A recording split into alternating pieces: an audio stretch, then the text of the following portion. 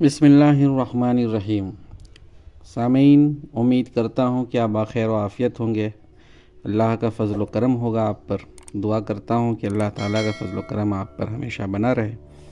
ہمیں بھی آپ اپنی نیک دعاؤں میں یاد رکھیے اور اس دینی چینل کو آپ ضرور سبسکرائب کریں، شیئر کریں، لائک کریں، تاکہ اور لوگوں کو بھی اس سے فائدہ حاصل ہو اور وہ اپنے علم میں بھی اضافہ کر سکے اور عمل پر بھی اتر سکے۔ آئیے، آداب زندگی کا سلسلہ کا یہ 19واں کڑی ہے آج، جس کا عنوان ہے رمضان المبارک کے آداب۔ اب اس کا مطالعہ شروع کرتے ہیں۔ نمبر 1، رمضان المبارک کا شایان شان استقبال کرنے کے لیے شعبان ہی سے ذہن کو تیار کیجیے اور شعبان کی 15 تاریخ سے پہلے کثرت سے روزے رکھیے۔ حضرت عائشہ رضی اللہ عنہ کا بیان ہے کہ نبی صلی اللہ علیہ وسلم سب مہینوں سے زیادہ شعبان کے مہینے میں روزے رکھا کرتے تھے۔ نمبر 2، پورے اہتمام اور اشتیاق کے ساتھ رمضان المبارک کا چاند دیکھنے کی کوشش کیجیے اور چاند دیکھ کر یہ دعا پڑھیے: اللہ اکبر اللہم احلہ علینا بالامن والایمان والسلامت والاسلام والتوفیق لما تحب وترضى ربنا وربک اللہ۔ خدا سب سے بڑا ہے، خدایا یہ چاند ہمارے لیے امن و ایمان و سلامتی اور اسلام کا چاند بنا کر طلوع فرما، اور ان کاموں کی توفیق کے ساتھ جو تجھے محبوب اور پسند ہے۔ اے چاند، ہمارا رب اور تیرا رب اللہ ہے۔ اور ہر مہینے کا نیا چاند دیکھ کر یہی دعا پڑھیے۔ نمبر 3، رمضان میں عبادات سے خصوصی شغف پیدا کیجیے۔ فرض نمازوں کے علاوہ نوافل کا بھی خصوصی اہتمام کیجیے اور زیادہ سے زیادہ نیکی کمانے کے لیے کمر بستہ ہو جائیے۔ یہ عظمت و برکت والا مہینہ خدا کی خصوصی عنایت اور رحمت کا مہینہ ہے۔ شعبان کی آخری تاریخ کو نبی صلی اللہ علیہ وسلم نے رمضان کی خوشخبری دیتے ہوئے فرمایا: لوگوں، تم پر ایک بہت عظمت و برکت کا مہینہ سایہ فگن ہونے والا ہے۔ یہ وہ مہینہ ہے جس میں ایک رات 1000 مہینوں سے بہتر ہے۔ خدا نے اس مہینے کے روزے فرض قرار دے دیے ہیں اور قیام اللیل یعنی مسنون تراویح کو نفل قرار دیا ہے۔ جو شخص اس مہینے میں دل کی خوشی سے بطور خود کوئی ایک نیک کام کرے گا، وہ دوسرے مہینوں کے فرض کے برابر اجر پائے گا، اور جو شخص اس مہینے میں ایک فرض ادا کرے گا، خدا اس کو دوسرے مہینوں کے 70 فرضوں کے برابر ثواب بخشے گا۔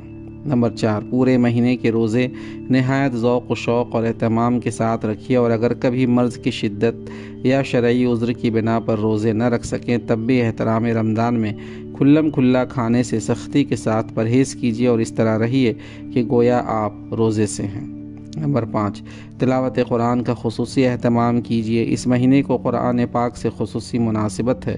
قرآن پاک اسی مہینے میں نازل ہوا اور دوسری آسمانی کتابیں بھی اسی مہینے میں نازل ہوئیں۔ حضرت ابراہیم کو اسی مہینے کی 1 یا 3 تاریخ کو صحیفے عطا کیے گئے۔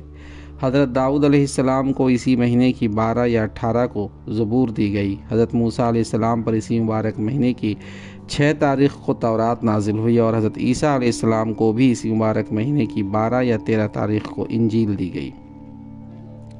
اس لیے اس مہینے میں زیادہ سے زیادہ قرآن پاک پڑھنے کی کوشش کیجیے۔ حضرت جبرائیل علیہ السلام ہر سال رمضان میں نبی صلی اللہ علیہ وسلم کو پورا قرآن سناتے اور سنتے تھے، اور آخری سال آپ نے 2 بار رمضان میں نبی صلی اللہ علیہ وسلم کے ساتھ دور فرمایا۔ نمبر 6، قرآن پاک ٹھہر کر اور سمجھ کر پڑھنے کی کوشش کیجیے۔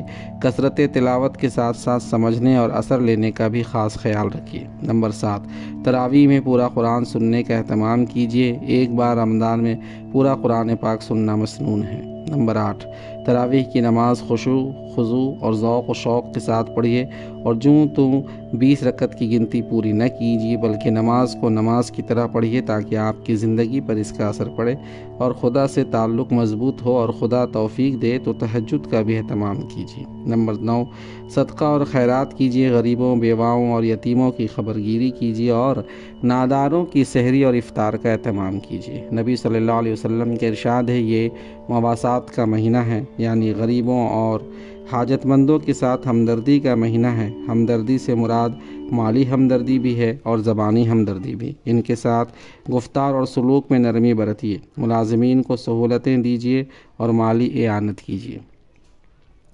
حضرت ابن عباس رضی اللہ عنہ فرماتے ہیں کہ نبی صلی اللہ علیہ وسلم سخی اور فیاض تو تھے ہی، مگر رمضان میں تو آپ کی سخاوت بہت ہی بڑھ جاتی تھی۔ جب حضرت جبرائیل علیہ السلام ہر رات کو آپ کے پاس آتے اور قرآن پاک پڑھتے اور سنتے تھے تو ان دنوں نبی صلی اللہ علیہ وسلم تیز چلنے والی ہوا سے بھی زیادہ فیاض ہوتے تھے۔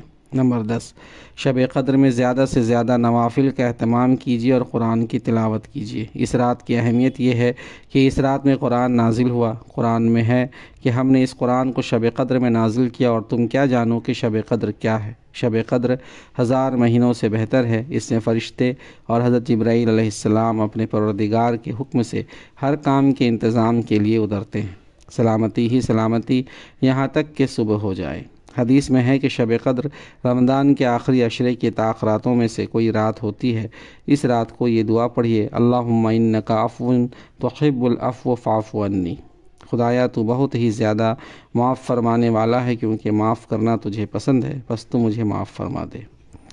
حضرت انس رضی اللہ عنہ فرماتے ہیں، ایک سال رمضان آیا تو نبی صلی اللہ علیہ وسلم نے فرمایا، تم لوگوں پر ایک مہینہ آیا ہے جس میں ایک رات ہے جو 1000 مہینوں سے افضل ہے۔ جو شخص اس رات سے محروم رہ گیا وہ سارے کے سارے خیر سے محروم رہ گیا، اور اس رات کی خیر و برکت سے محروم وہی رہتا ہے جو واقعی محروم ہے۔ نمبر 11، رمضان کے آخری عشرہ میں اعتکاف کیجیے۔ نبی صلی اللہ علیہ وسلم رمضان کے آخری 10 دنوں میں اعتکاف فرمایا کرتے تھے۔ حضرت عائشہ رضی اللہ عنہ کا بیان ہے کہ رمضان کا آخری عشرہ آتا تو نبی صلی اللہ علیہ وسلم راتوں کو زیادہ سے زیادہ جاگ کر عبادت فرماتے اور گھر والیوں کو بھی جگانے کا اہتمام کرتے اور پورے جوش اور انہماک کے ساتھ خدا کی بندگی میں لگ جاتے۔ نمبر 12، رمضان میں لوگوں کے ساتھ نہایت نرمی اور شفقت کا سلوک کیجیے۔ ملازمین کو زیادہ سے زیادہ سہولتیں دیجیے اور فراخ دلی کے ساتھ ان کی ضرورتیں پوری کیجیے، اور گھر والوں کے ساتھ بھی رحمت اور فیاضی کا برتاؤ کیجیے۔ نمبر 13، نہایت عاجزی اور ذوق و شوق کے ساتھ زیادہ دعائیں کیجیے۔ در منصور میں ہے کہ جب رمضان کا مبارک مہینہ آتا تو نبی صلی اللہ علیہ وسلم کا رنگ بدل جاتا تھا اور نماز میں اضافہ ہو جاتا تھا، اور دعا میں بہت عاجزی فرماتے تھے اور خوف بہت زیادہ غالب ہو جاتا تھا۔ اور حدیث میں ہے کہ خدا رمضان میں عرش اٹھانے والے فرشتوں کو حکم دیتا ہے کہ اپنی عبادت چھوڑ دو اور روزہ رکھنے والوں کی دعاؤں پر آمین کہو۔ نمبر 14، صدقہ فطر دل کی رغبت کے ساتھ پورے اہتمام سے ادا کیجیے اور عید کی نماز سے پہلے ادا کر دیجیے، بلکہ اتنا پہلے ادا کیجیے کہ حاجت مند اور نادار لوگ بسہولت عید کی ضروریات مہیا کر سکیں اور وہ بھی سب کے ساتھ عیدگاہ جا سکیں اور عید کی خوشیوں میں شریک ہو سکیں۔ حدیث میں ہے کہ نبی صلی اللہ علیہ وسلم نے صدقہ فطر امت کے لیے اس لیے ضروری قرار دیا تاکہ وہ ان بیہودہ اور فحش باتوں سے جو روزہ میں روزہ دار سے سرزد ہو گئی ہوں کفارہ بنے اور غریبوں اور مسکینوں کے کھانے کا انتظام ہو جائے۔ نمبر 15، رمضان کے مبارک دنوں میں خود زیادہ سے زیادہ نیکی کمانے کے ساتھ ساتھ دوسروں کو بھی نہایت سوز، تڑپ، نرمی اور حکمت کے ساتھ نیکی اور خیر کے کام کرنے پر ابھاریے، تاکہ پوری فضا پر خدا ترسی، خیر پسندی اور بھلائی کی جذبات چھائے رہیں اور سوسائٹی زیادہ سے زیادہ رمضان کی بے شبہ برکتوں سے فائدہ اٹھا سکے۔ آنے والا مہینہ شعبان کا ہے اور پھر رمضان۔ اللہ تعالی ہم سب کو شعبان میں رمضان کی پوری تیاری کرنے کی توفیق دے۔ دعا ہے کہ اللہ تعالی ہم سب کو اس رمضان اور آنے والے رمضان بھی اللہ کی عبادت، اللہ کے حکم کے مطابق زندگی گزارنے کی توفیق دے۔ وآخر دعوانا ان الحمد للہ رب العالمین۔